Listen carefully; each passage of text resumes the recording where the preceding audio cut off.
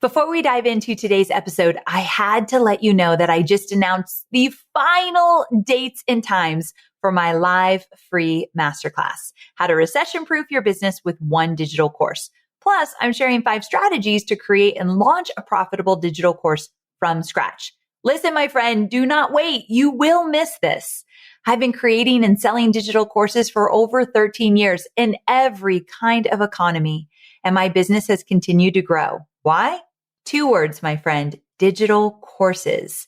I want you to have the same kind of security that a digital course has offered my business. And I'm handing over the details for free. So go to amyporterfield.com/masterclass to grab your seat in one of my final classes. That's amyporterfield.com/masterclass. I want you to brag.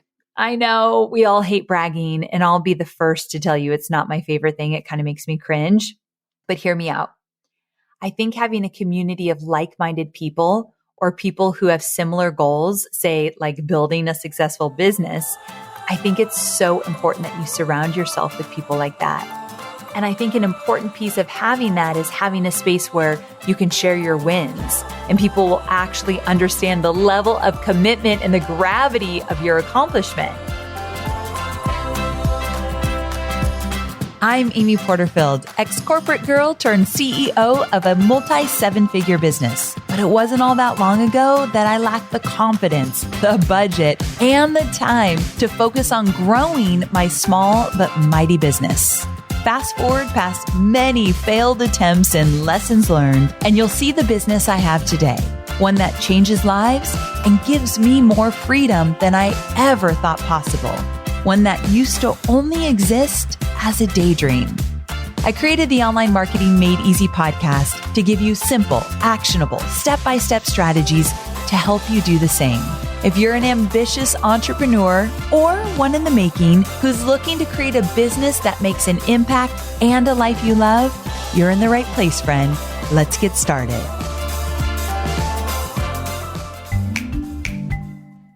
Real quick, I wanted to talk to you about another podcast that I think you might love. It's called Being Boss, and it's hosted by Emily Thompson. And it's really just an exploration of not only what it means, but what it takes to be a boss as a creative business owner, freelancer, or side hustler. So Being Boss is an amazing resource for anyone interested in getting inspired and, more importantly, getting started as their own boss. So head to wherever you get your podcast to check out Being Boss. And I recommend starting with her episode on releasing the sense of urgency in business, especially coming back from my sabbatical. This episode was a great reminder to slow down and be intentional. You're going to love it.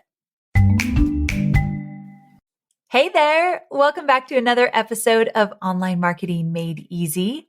I hope you're having a wonderful day. I've been thinking a lot about this idea of self-worth, and that's what I wanted to talk about today, and how fleeting self-worth can actually be. As an entrepreneur, it feels as though one moment you're on top of the world. You feel confident. You know what you're worth. You're just like making it happen left and right. And then the next moment, something happens that knocks you off your game. And you're wondering what the heck you were even thinking.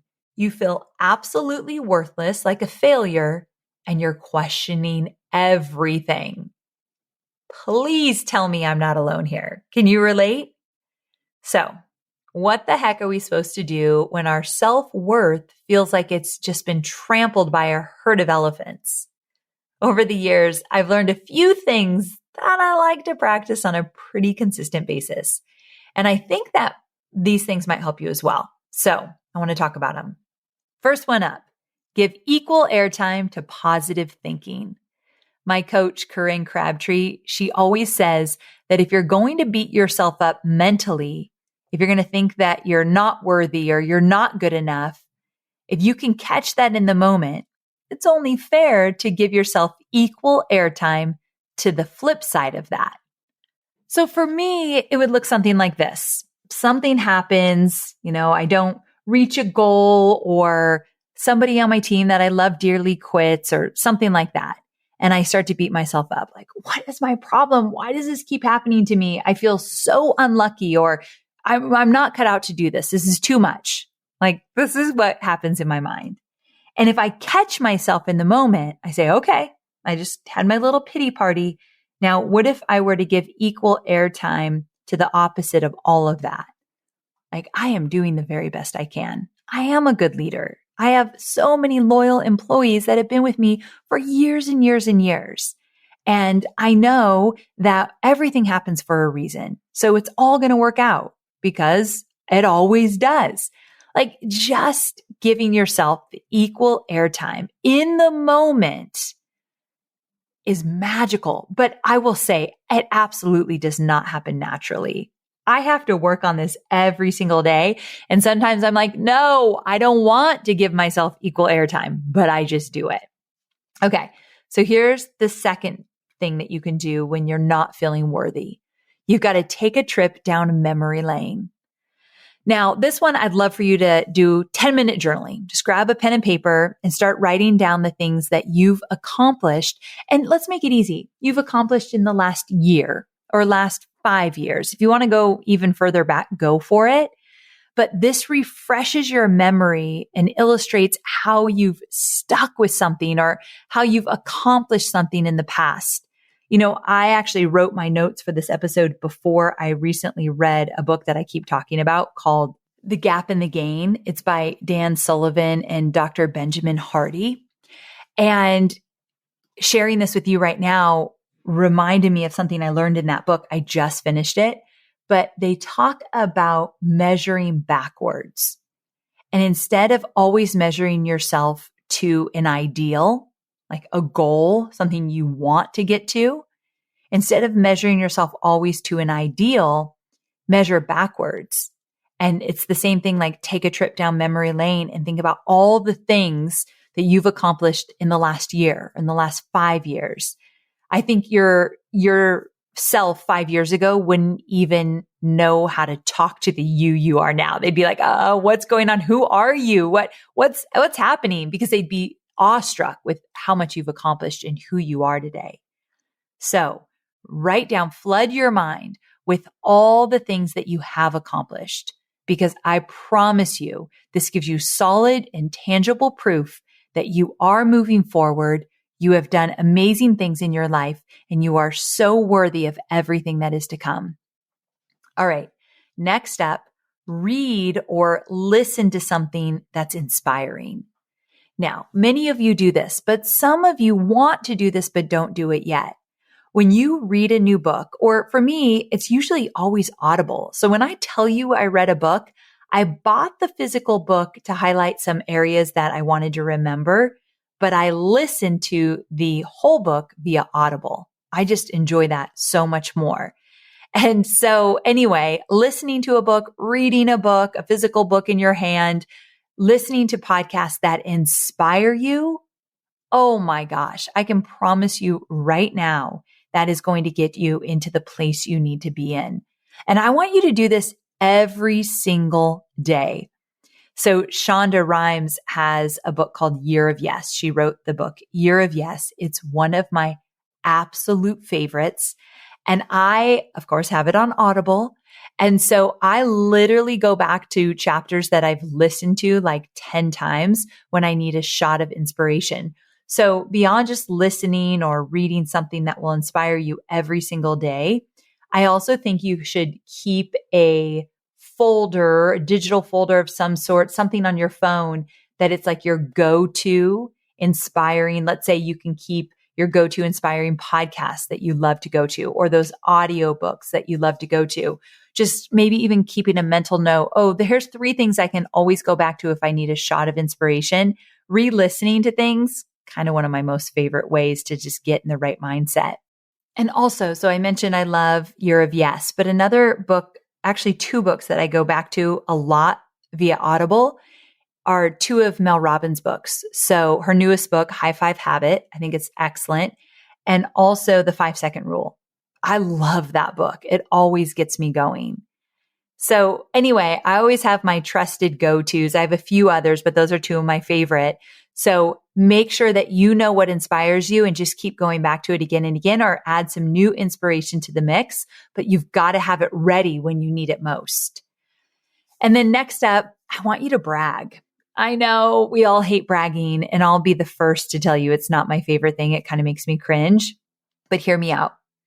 I think having a community of like-minded people or people who have similar goals, say like building a successful business, I think it's so important that you surround yourself with people like that. And I think an important piece of having that is having a space where you can share your wins and people will actually understand the level of commitment and the gravity of your accomplishment. So we have a community for my Momentum members. These are all people who have gone through Digital Course Academy, my program, and then moved into a monthly membership with me called Momentum. And in these communities, we encourage our students to brag. We say, share something exciting that you've accomplished. It could be a huge thing or a small thing. It doesn't matter. And what I love so much about these communities and when people actually share their wins are all the reactions they receive. I know that's going a long way. I love reading the comments. They cheer on one another. They get inspired by each other. They're supporting each other. It's huge. And you know, that person who shared it, maybe it was kind of scary for them to share it, or they're just like, I'm not usually in groups posting things. But then those comments come flooding in and it fuels them. It kind of gives them life in the moment when they probably needed it most. And it's boosting their self-worth. So yes, while it may feel uncomfortable to brag or share your success, think about how great it feels to support someone else when they share theirs, right? So why would it be any different? So I want you to find a community of like-minded people and then maybe make it a practice to actually share your wins every single day with them.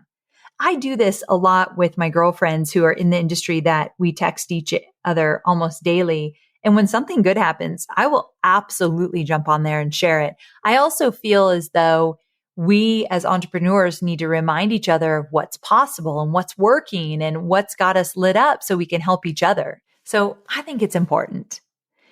So there you have it.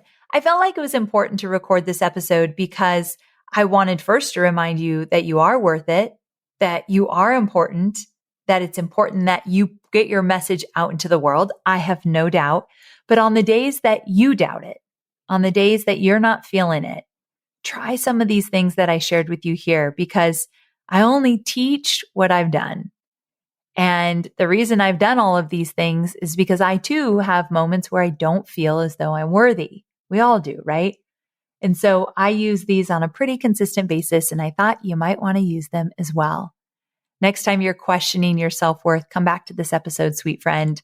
Listen to it again to get that little boost of inspiration you need, and then get back out into the world because your audience, those that you serve, they need you. Sending all my love your way, and I cannot wait to connect with you again soon. So remember, we have Wisdom Wednesday, where it's like a 10 or 15-minute episode of a little nugget from an episode that was really popular and a reminder I want you to hear. And then Thursday, a full-length episode, usually where all my interviews are my solo how-to episodes every Thursday. So don't miss them. I'll talk to you again soon. Take care. Have you ever bought something and didn't end up using it because it didn't work with your life? I recently bought a fancy food processor the other day and I've already donated it. Why? It was too complicated. It was too bulky and ultimately just didn't make my life easier. So I gave it to my sister. So when you're looking for a CRM platform or a customer relationship management platform, you'll find a lot of fancy food ones out there. Platforms that promise an easy to use experience, but ultimately just end up taking space on your proverbial countertop, like that food processor. So HubSpot CRM platform is easy to use, purchase, and fall in love with. With over 1,000 integrations crafted in-house, HubSpot helps eliminate friction by empowering teams to do their best work with plugins they'll actually use.